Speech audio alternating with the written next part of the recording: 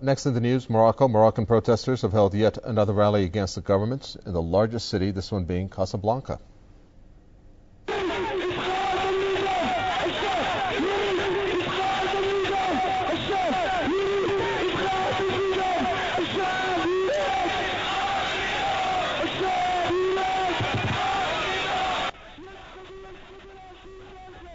Just days ago, thousands marched in the capital, Rabat, against youth unemployment.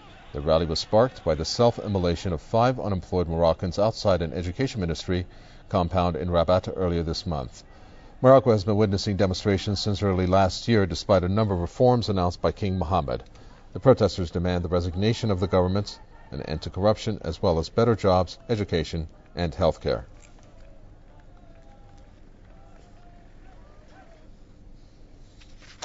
Well, let's talk to the Minister of Communications and a government spokesman, Mustafa El-Khalfi, who joins us from Rabat.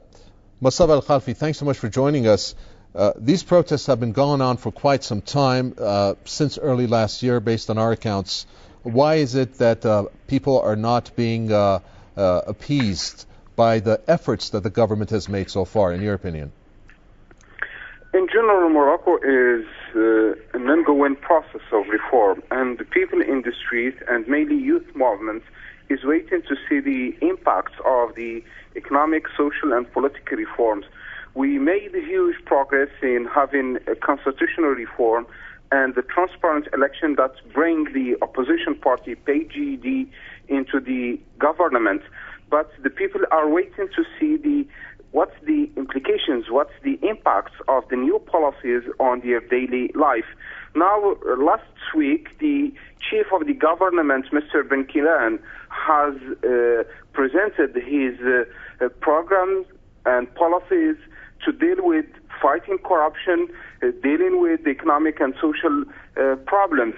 So this is an ongoing process of reform, and we understand that the youth movement mainly is waiting to see these reforms.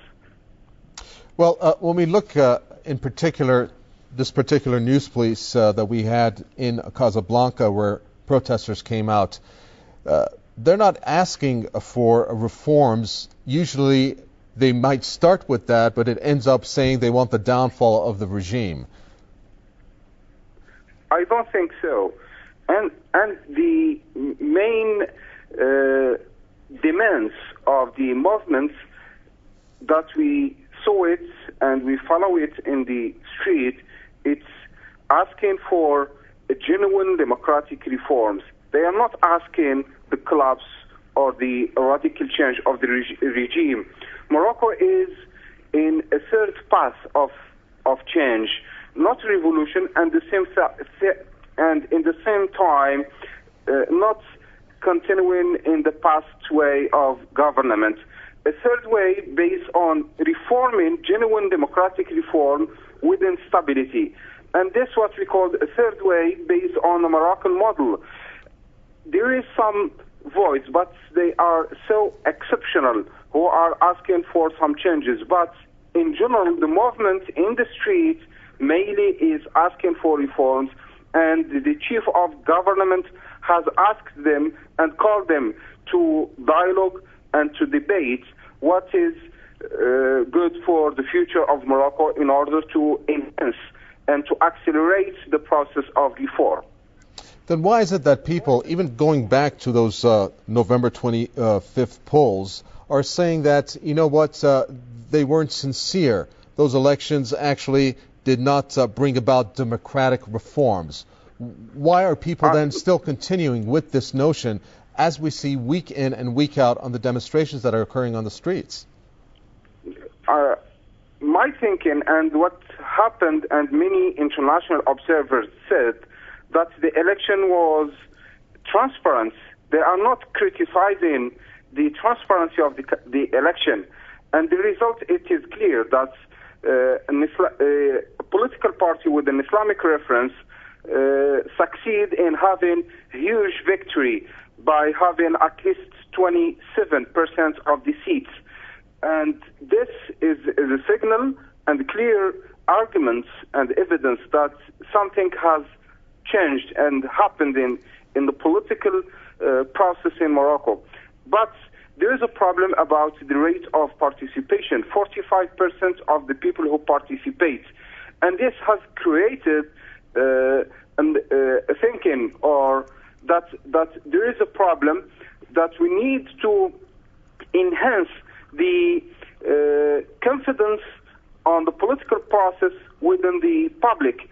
So this second thing is what we can call explain that some part of the youth movement is continuing until now protesting.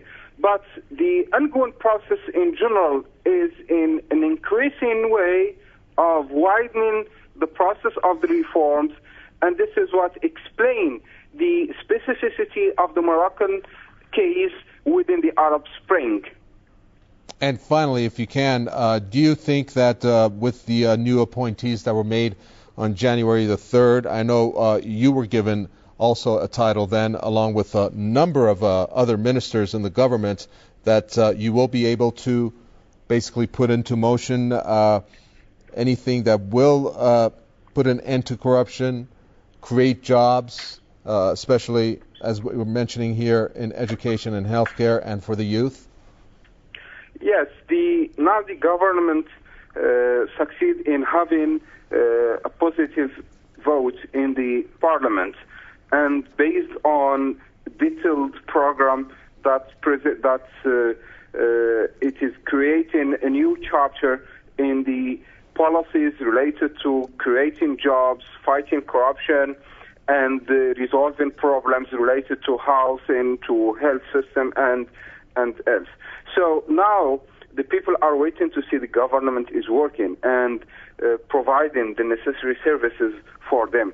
And it is creating a challenge, but within a general process of reform within stability.